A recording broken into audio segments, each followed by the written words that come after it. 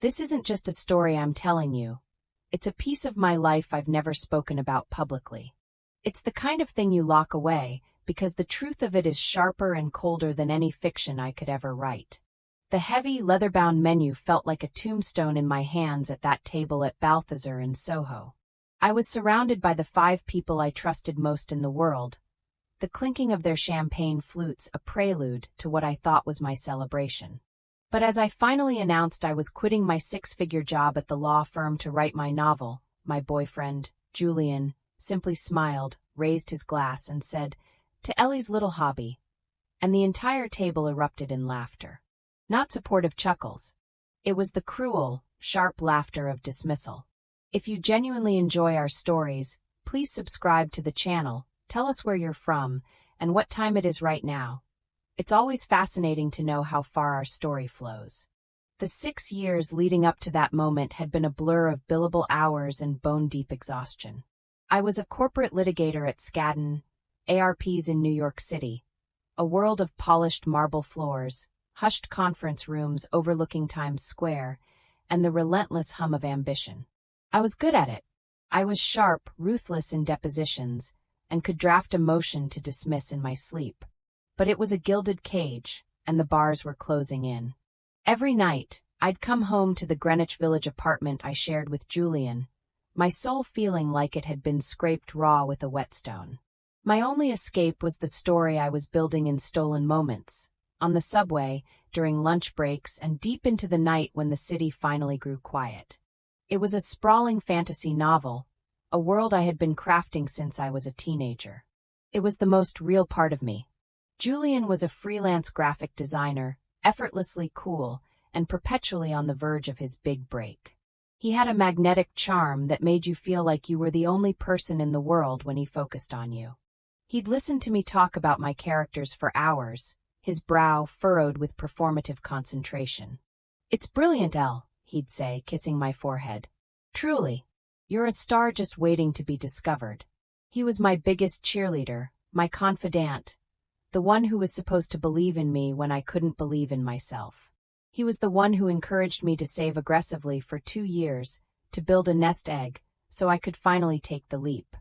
"We'll be fine," he'd promised, wrapping me in his arms. "I've got you." My best friend since college, Chloe, was there too. We'd survived finals, terrible boyfriends, and the chaos of our early 20s together. She was a marketing executive, pragmatic and fiercely loyal. Or so I thought.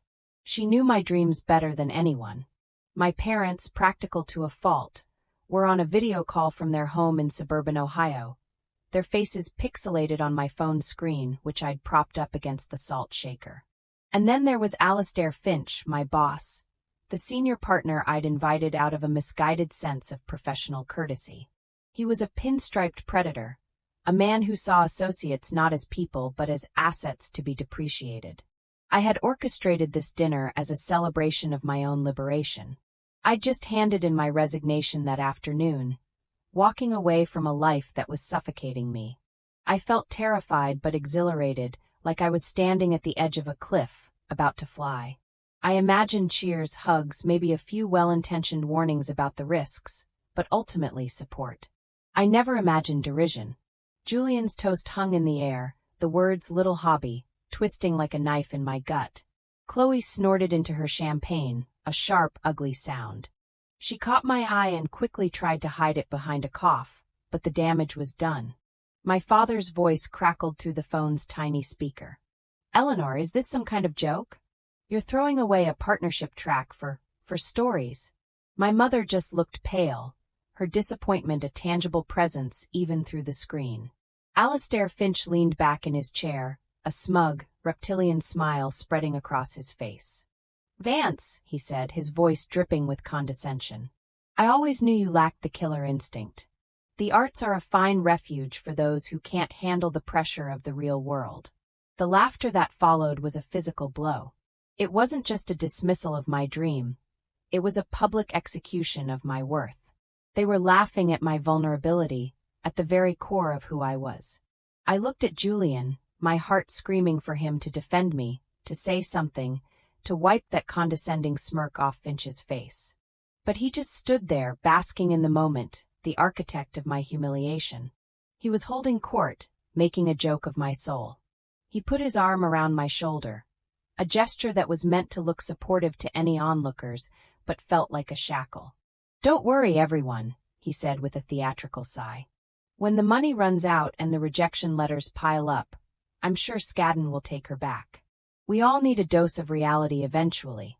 I felt the blood drain from my face. The noise of the bustling French bistro faded into a dull roar. Every word, every smirk, every shared glance of pity was being seared into my memory. I had willingly walked into my own ambush, armed with nothing but hope, and they had gleefully torn me apart. I wanted to scream, to flip the table, to claw their smug faces. But I was a litigator. I was trained to mask emotion, to absorb the blow and wait for the opening. So I did the only thing I could. I composed myself, my spine turning to ice. I picked up my purse, slid my chair back, and stood up. The table fell silent, their laughter dying in their throats as they finally registered the look on my face. It wasn't sadness. It was something much, much colder. "Thank you all for your honesty," I said, my voice dangerously calm. "It's been illuminating." I looked directly at Julian, my eyes locking with his. The flicker of panic in his gaze was the only satisfaction I got that night. "Don't bother coming home," I said, the words as quiet as a death sentence. I turned and walked out of Balthazar, leaving them sitting in the ruins of the life I had just immolated. The cool night air of Soho hit my face, but it couldn't touch the Arctic rage that was beginning to freeze over my heart. I didn't know how, but I knew with a certainty that chilled me to the bone that one day they would choke on that laughter. The first few weeks were a special kind of hell.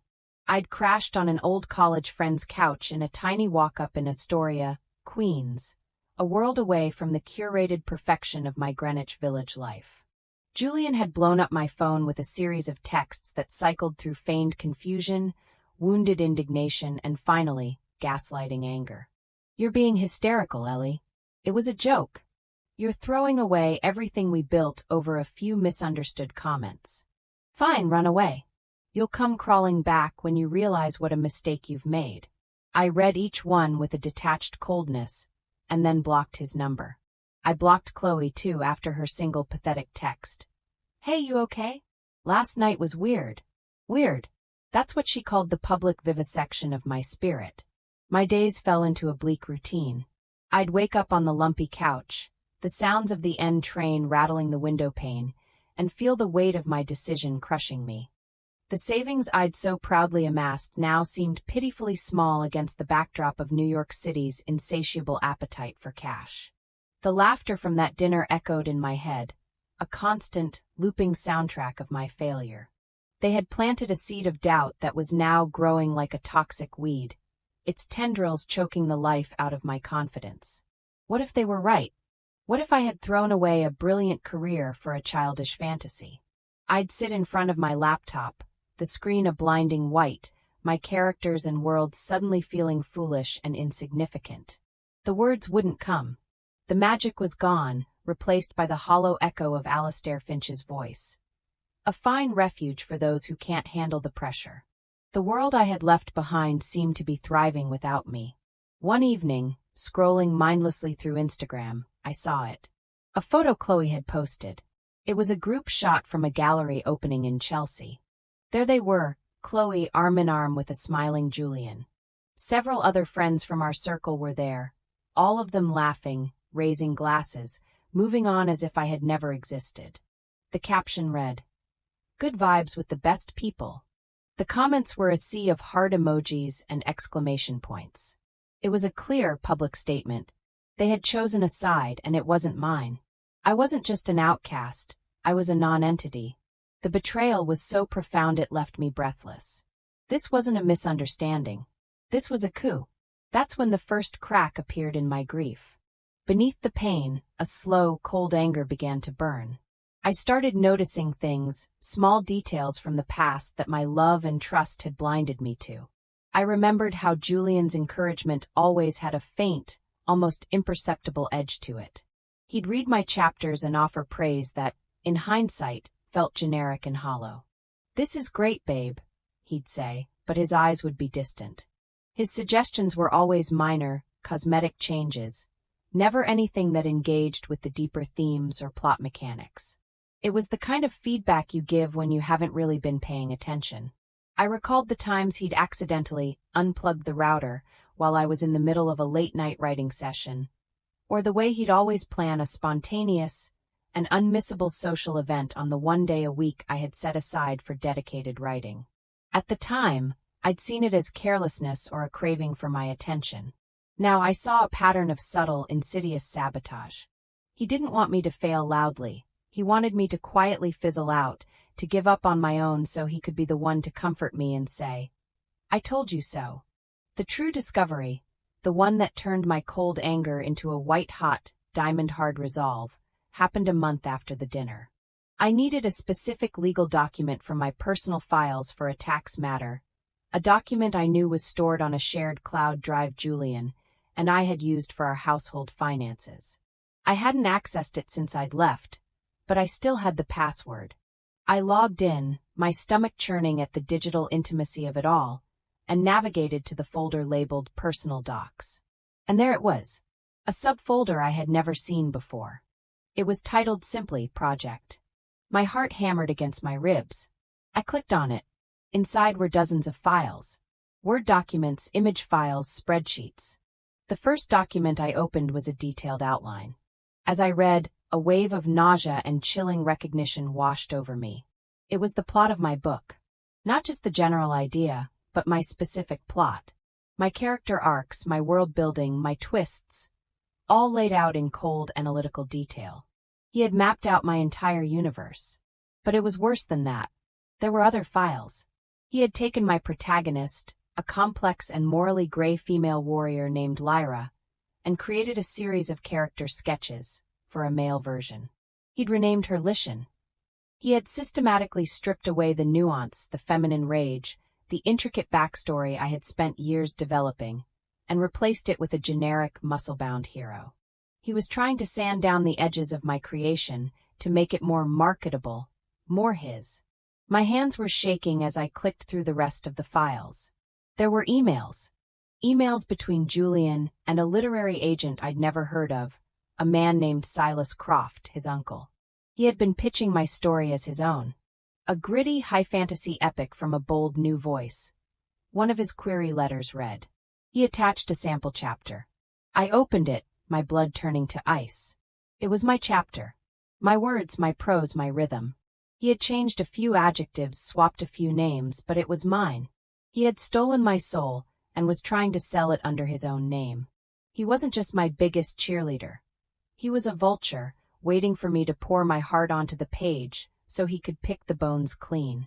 The laughter at the dinner table suddenly made perfect, horrifying sense. It wasn't just derision. It was a strategy. They weren't just laughing at me. They were trying to break my spirit, to make me abandon the very project he was trying to steal. If I gave up, who would ever know? He could claim the idea was his all along, a concept we had casually discussed. And I, the unstable ex-lawyer, would have no credibility to fight him. I leaned back from the screen, a sound escaping my lips that was half gasp, half sob. The betrayal was absolute, a perfect, 360-degree encapsulation of deceit. He had not only tried to steal my work, but had enlisted our friends and the authority figures in my life to psychologically dismantle me first. He had made my own dream a weapon to be used against me.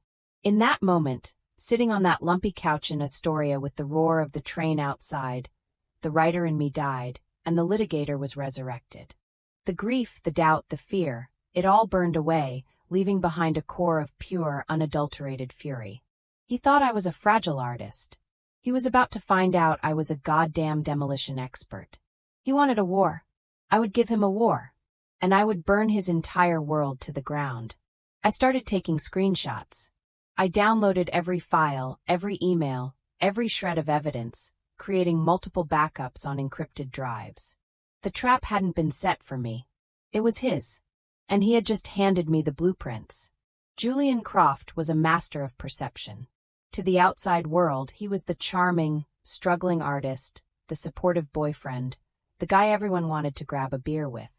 He had built an entire persona on being likable, and he wielded that social capital like a weapon. After my departure, he had launched a subtle but effective smear campaign. I heard whispers through the grapevine, from the one or two friends who had reached out to check on me. The narrative was that I'd had a breakdown, that the pressure of the law firm had finally cracked me, and I'd become erratic, paranoid, and ungrateful. He was the victim, the long-suffering partner who had tried to help me, only to be cast aside in my manic episode. Chloe, ever his loyal second-in-command, corroborated his story with tearful performances about how worried she was for me. They had poisoned the well so thoroughly that any attempt I made to tell the truth would sound like the ravings of a scorned, unstable woman. He had all the power. He had our friends, our apartment, and, most importantly, he had a head start on stealing my life's work. For a few days, the sheer scale of his arrogance felt insurmountable. He seemed untouchable, wrapped in a Teflon coating of charisma and lies. I saw him for what he was, a parasite who latched onto the creativity of others because he had none of his own. His graphic design portfolio was competent but utterly generic, full of corporate logos and bland website layouts. He craved the artistic acclaim he could never earn, so he decided to steal it instead. He was a smug, hollow man, and the world adored him for it. This realization was suffocating. I felt like I was screaming in a soundproof room. He had anticipated my every move, insulated himself against any accusation I could make, and was now freely moving forward with his plan. The emails I'd found showed his uncle, the agent, was already setting up meetings for him with publishers. He was going to win. He was going to publish my book, my world, my soul, and he was going to do it while painting me as the villain of my own story. I spent one long, dark night pacing the confines of my friend's tiny apartment, the city lights of Manhattan glittering mockingly in the distance. I felt a despair so profound it was almost paralyzing. Every option seemed to lead to a dead end. If I confronted him, he'd deny it. If I went public, I'd be labeled a liar. If I tried to sue, it would be a messy, protracted, she said, battle that would drain my savings and likely end in a stalemate. He had planned this perfectly. He had left me with no clear path to victory. I slumped onto the couch, the weight of it all finally breaking me. The tears I had refused to shed finally came, hot and furious. I cried for my stolen work, for my betrayed friendships, for the life I had blown up for a dream that was now a nightmare. I cried until I was empty, hollowed out and raw. And then, in the quiet, desolate space that my grief had carved out, something else took root. It was the litigator's cold, hard logic. I wasn't thinking like a writer anymore, full of passion and emotion. I started thinking like the lawyer Alistair Finch had trained me to be. You don't win a case by yelling the truth louder than the other guy. You win by building an airtight case. You win with evidence, with strategy, and with the patient, methodical dismantling of your opponent's position until he has nowhere left to stand. You don't attack the king when he's sitting on his throne, surrounded by his court. You wait. You let him get overconfident. You let him walk into a trap of his own making. That was my turning point. The rage didn't vanish, but it crystallized. It transformed from a wild, consuming fire into a focused, blue-hot flame. My resolve settled in my bones, cold and heavy as steel. I was not going to let him win. I was not going to let him erase me. I would not only get my book back, I would ensure that Julian Croft, Chloe, and everyone else who laughed in my face would witness a display of methodical, irrefutable, and glorious revenge. My plan began to form, not as a single act, but as a campaign, a war of attrition to be fought on my terms and on my timeline. I went to my laptop and opened a fresh document. Not my novel. A new file. I labeled it Case File Croft. I created a timeline of events, documented every piece of evidence I had, and started outlining my strategy. Phase 1 was silence. I would disappear completely. I would let him believe he had won, that I had crumbled just as he'd intended. Let him get comfortable. Let him get arrogant. Phase 2 was to reclaim my work, but not the version he had stolen. I was going to write a new book. A better book. a version so fundamentally intertwined with my own unique voice that his cheap imitation would look like the forgery it was. And Phase 3. Phase 3 would be the reckoning. I would use my legal training, my knowledge of contracts and intellectual property, and my intimate understanding of his bottomless narcissism to construct a trap so perfect and so public that he would have no choice but to walk right into it. The tears were over. The time for mourning was done. I made a pot of coffee, tied my hair back, and for the first time in over a month, I began to write. But this time, I wasn't just writing a story. I was drafting an indictment. The first step was building a fortress. Legally and digitally, I needed to become untouchable. I reached out to the one person from my old life I knew I could trust. Marcus Thorne, a quiet, brilliant, and fiercely ethical partner at a rival firm who specialized in intellectual property law. We had gone head-to-head on a case once, and he had been a formidable, honorable opponent. I met him for coffee at a small, out-of-the-way cafe in the West Village, laying out the entire sordid story and showing him the evidence I'd downloaded. He listened without interruption, his expression growing grimmer with each screenshot I showed him. When I was finished, he simply nodded. "This is theft, Ellie. Grand larceny of the soul." He agreed to represent me pro bono on one condition: that I follow his strategy to the letter. No emotional outbursts, no premature confrontations. We would play the long game. Under his guidance, I began to meticulously create an unassailable mountain of evidence proving my authorship. I registered a copyright for the original manuscript I had completed before quitting my job, the version Julian had stolen. Marcus had me email time-stamped copies of every new chapter one wrote to a dedicated, secure email address. I bought a new laptop, one Julian had never touched, and worked exclusively on it. I also hired a digital forensics expert to create a certified report authenticating the creation dates and access logs from the shared cloud drive, proving that his project folder was created after my original manuscript files. Every step was calculated, documented, and legally sound. I was building a case, brick by painstaking brick. Simultaneously, I threw myself into the rewrite. The rage I felt became my fuel. I poured all the betrayal, the humiliation, and the cold fury into the pages. My protagonist, Lyra, was no longer just a warrior. She was a woman betrayed by those she trusted, a queen whose throne had been usurped, and who was now clawing her way back from ruin. The story became darker, sharper, more complex. It was my story, cloaked in the trappings of fantasy. I wrote with a ferocity I had never known, averaging 4,000 words a day. The world-building became more intricate, the dialogue more cutting, the plot twists more devastating. I was no longer just writing a book. I was forging a weapon. 6 months into my new life, I was ready. The manuscript, now titled The Gilded Cage, was a 150,000-word epic, and it was infinitely better than the version Julian had stolen. Through Marcus, I found a new literary agent, a powerhouse named Sloane. She was a legend in the publishing world, known for being a shark. She read my manuscript in a single weekend. Her call came on a Tuesday morning. "This is not just a book, Ellie," she said, her voice crackling with energy. "This is a goddamn career launcher. I'm sending it out today." The response was a whirlwind. Within a week, we had interest from multiple major publishing houses. It culminated in a massive auction. I found myself sitting in a sleek conference room at Random House, surrounded by editors who were quoting numbers that made my head spin. I accepted a 2-book, 7-figure deal. The news was supposed to be confidential until the official press release, but in the publishing world, secrets travel fast. And I knew exactly who would be listening. This was the bait. I let Sloane leak the news of my massive book deal. We made sure the leak was vague on the details of the plot, mentioning only that it was a sweeping fantasy epic from a former corporate lawyer. I knew Julian's vanity and greed would be an irresistible combination.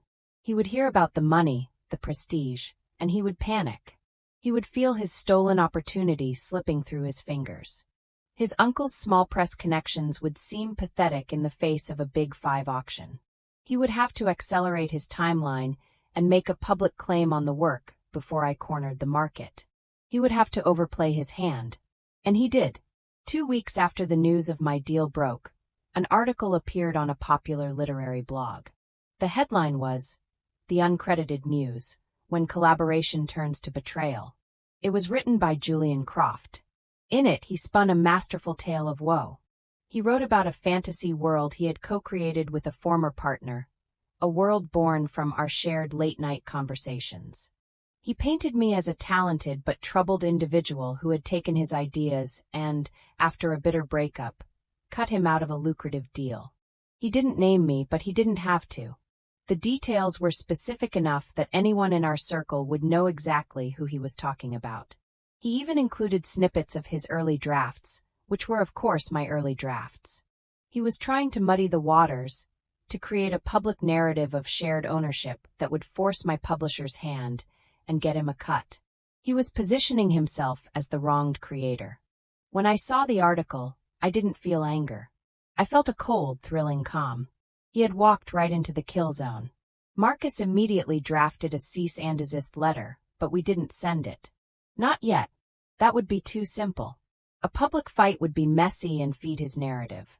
I had a much better stage in mind for our final confrontation. The invitations for my book launch party went out the following week. It was to be a massive, industry-only event held in the Celeste Bartis Forum at the New York Public Library, a grand cast-iron and glass dome. An elegant, high-profile venue for a very public execution. I made sure Julian and Chloe were on the guest list. I knew his ego wouldn't let him stay away. He would see it as the ultimate power move, showing up to support me, to stand in my spotlight and subtly stake his claim in front of the entire publishing world. He thought he was coming to his coronation. He had no idea he was the guest of honor at his own funeral. The night of the launch party was electric. The Celeste Bartis Forum was packed to the gills with a sea of New York's literary elite. Agents, editors, publicists, critics, and reporters from every major publication. The soaring glass dome overhead reflected the glittering lights, the clinking glasses, and the excited hum of conversation. I stood near the stage, dressed in a sharp, black dress that felt like armor, greeting well-wishers and accepting congratulations. My publisher had spared no expense. There were towering displays of the Gilded Cage, its cover a stunning, dark, and intricate design that looked nothing like the bland concepts Julian had mocked up in his folder of stolen dreams. From across the room, I watched them arrive. Julian, looking handsome and confident in a tailored suit, with Chloe on his arm, draped in a glittering dress. They moved through the crowd with an easy, practiced charm, accepting condolences from our former friends about the awkward situation, all while smiling and projecting an air of magnanimous grace. They were performing their roles perfectly. The wronged artist and his loyal confidant, there to take the high road. They saw me watching and Julian gave me a small, sad smile, a theatrical gesture of pity that made my blood run cold. He had no idea what was coming. My agent, Sloane, tapped me on the shoulder. 5 minutes, superstar, she whispered, giving my arm a squeeze. My heart was a steady, rhythmic drum. I wasn't nervous. I was ready. Marcus had given me a small, almost invisible earpiece and had a technician backstage, ready to control the massive projector screen behind the stage. Everything was in place. When my publisher introduced me, the applause was thunderous. I walked to the podium, the warmth of the spotlight on my face.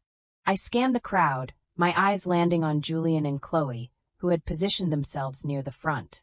They were both smiling, their faces masks of false pride. Thank you all so much for being here. I began, my voice clear and steady, amplified by the microphone. It's an overwhelming moment. A book is never written in a vacuum. It's a product of support, inspiration, and encouragement. People always thank their muses, their partners, their friends. And tonight, I want to tell you a story about that. The story behind the story. A hush fell over the room. Julian's smile tightened. He thought this was his moment. A little over a year ago, I continued, I was a different person. I was a lawyer with a dream I was too scared to pursue. But I had someone who encouraged me. Someone who listened to my ideas, who read my early chapters, and who told me I had something special. I paused, letting the words hang in the air. I could see the smug satisfaction growing on Julian's face. He was so inspired, in fact, that he decided to take my story and pitch it as his own. A collective gasp rippled through the crowd. Julian's face went white. Chloe looked like she had been slapped. "Now, that's a terrible story, isn't it?" I said, my voice taking on a harder, evidentiary tone. "It sounds like a bitter, unsubstantiated accusation. The kind of thing a scorned woman might say. But as I said, I used to be a lawyer. And lawyers don't make accusations without proof." On cue, the massive screen behind me flickered to life. The first image that appeared was a screenshot of my original manuscript folder on my personal computer, with file creation dates from 2 years prior. "Exhibit A," I said calmly. My original timestamped files. The screen changed, showing a screenshot of the folder on our shared drive. The folder titled Project. And Exhibit B, a folder created by Mr. Julian Croft a full year after mine, filled with my work. The screen began to cycle through the evidence. The side-by-side comparisons of my chapters and his lightly edited, plagiarized versions. The emails between him and his agent uncle, Silas Croft, where he explicitly claimed my work was his. The date-stamped digital forensics report. The crowd was dead silent, their eyes wide, glued to the screen.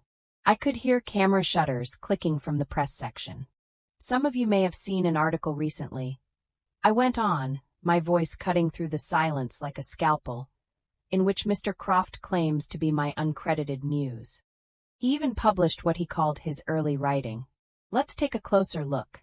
The screen now showed his blog post next to an email I had sent to myself with the same text, dated 6 months before he had even created his project folder. The proof was irrefutable, laid bare for the entire industry to see.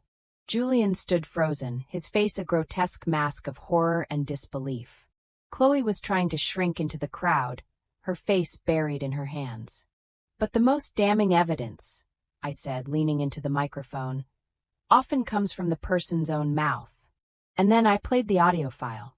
After discovering his theft, I had engaged him in one final, recorded phone call under the guise of getting closure.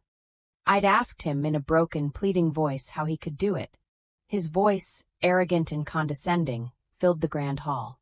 "Come on, Elle. You had some good ideas, but you didn't have the killer instinct to make it happen. I was just taking your raw material and turning it into something sellable. You should be thanking me." The recording ended. The silence that followed was absolute, a crushing, heavy void. Every eye in the room was on Julian. His empire of lies, so carefully constructed, had been demolished in less than 5 minutes. His face, which had been his greatest asset, was now pale and slack-jawed, a monument to his public ruin. He looked at me, his eyes pleading, desperate. I met his gaze, my expression utterly blank. I felt nothing. No triumph, no satisfaction, just a vast, quiet emptiness where my love for him used to be. "So no," I said, my voice dropping to a near whisper that still carried through the hall. "I won't be thanking my muse tonight. I won't be thanking the friends who laughed at my dreams. I won't be thanking a single one of them. Instead, I want to thank my rage, my resilience, and my lawyer." I gave a small nod to Marcus, who was standing at the back of the room, and a genuine smile touched my lips for the first time. This book was not born from inspiration. It was forged in fire. And I am the sole author of my story. I raised my glass. To the gilded cage. The room erupted in a deafening roar of applause that felt like a tidal wave, washing away the last remnants of the man who had tried to destroy me. I watched as he and Chloe, hounded by the sudden, shark-like movements of reporters, scrambled for the exit, disappearing into the night. They weren't just leaving a party. They were leaving the world they had worked so hard to conquer. And I was the one who had signed their eviction notice. The fallout was immediate and catastrophic for them. The story was everywhere by the next morning. Page 6, the New York Times, literary blogs, and social media. Julian became a pariah overnight. His uncle's agency dropped him, citing professional misconduct. His freelance business evaporated as clients scrambled to distance themselves from a known plagiarist. Chloe was fired from her marketing firm, The viral story of her complicity in the takedown of a female creative made her a toxic liability. Our old friends, the ones who had laughed and sided with him, sent me groveling, pathetic apology texts. I deleted them all without responding. Their judgment was meaningless to me now. They were ghosts from a life I no longer lived. My book, on the other hand, was a phenomenon. The story of its creation, the betrayal, the revenge, became a viral marketing campaign more powerful than anything my publisher could have designed. It debuted at #1 on the New York Times bestseller list and stayed there for 18 consecutive weeks. The film rights were sold in a bidding war. I was interviewed by every major news outlet, no longer just a debut author, but a symbol of resilience, a woman who had refused to be silenced. I never mentioned Julian's name in those interviews. I didn't need to. The world had already convicted him. My victory was absolute, my revenge complete. I had not only reclaimed my work, but I had used the very tools of my old life, logic, evidence, and relentless preparation, to achieve a victory more satisfying than any courtroom win. I had taken their laughter and melted it down to forge the key to my own kingdom. Months passed. The noise quieted down. I bought a beautiful brownstone in Brooklyn, with a top-floor study that overlooked a quiet, tree-lined street. It was my sanctuary, a place filled with books and light and silence. My life was my own on my terms. I was working on the sequel to The Gilded Cage, the words flowing easily now, unburdened by the weight of doubt and deceit. My world was peaceful, productive, and solitary in the best possible way. I had new friends, a new life, a new future. One crisp autumn afternoon, I was sitting in my study, the window open to the cool air, when a package arrived. It was a small, padded envelope with no return address. Inside was a single, dog-eared paperback copy of my novel.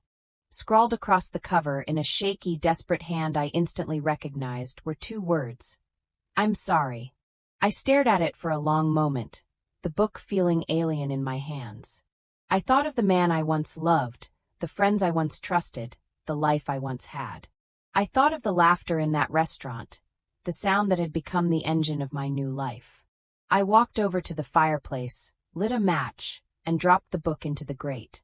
I watched the cover curl, the flames consuming his pathetic apology until it was nothing but gray ash. I turned back to my desk, to the clean white page on my screen, and the only sound was the gentle tapping of my own keys, writing my own future. The silence where their laughter used to be was the most beautiful sound I had ever heard. The end.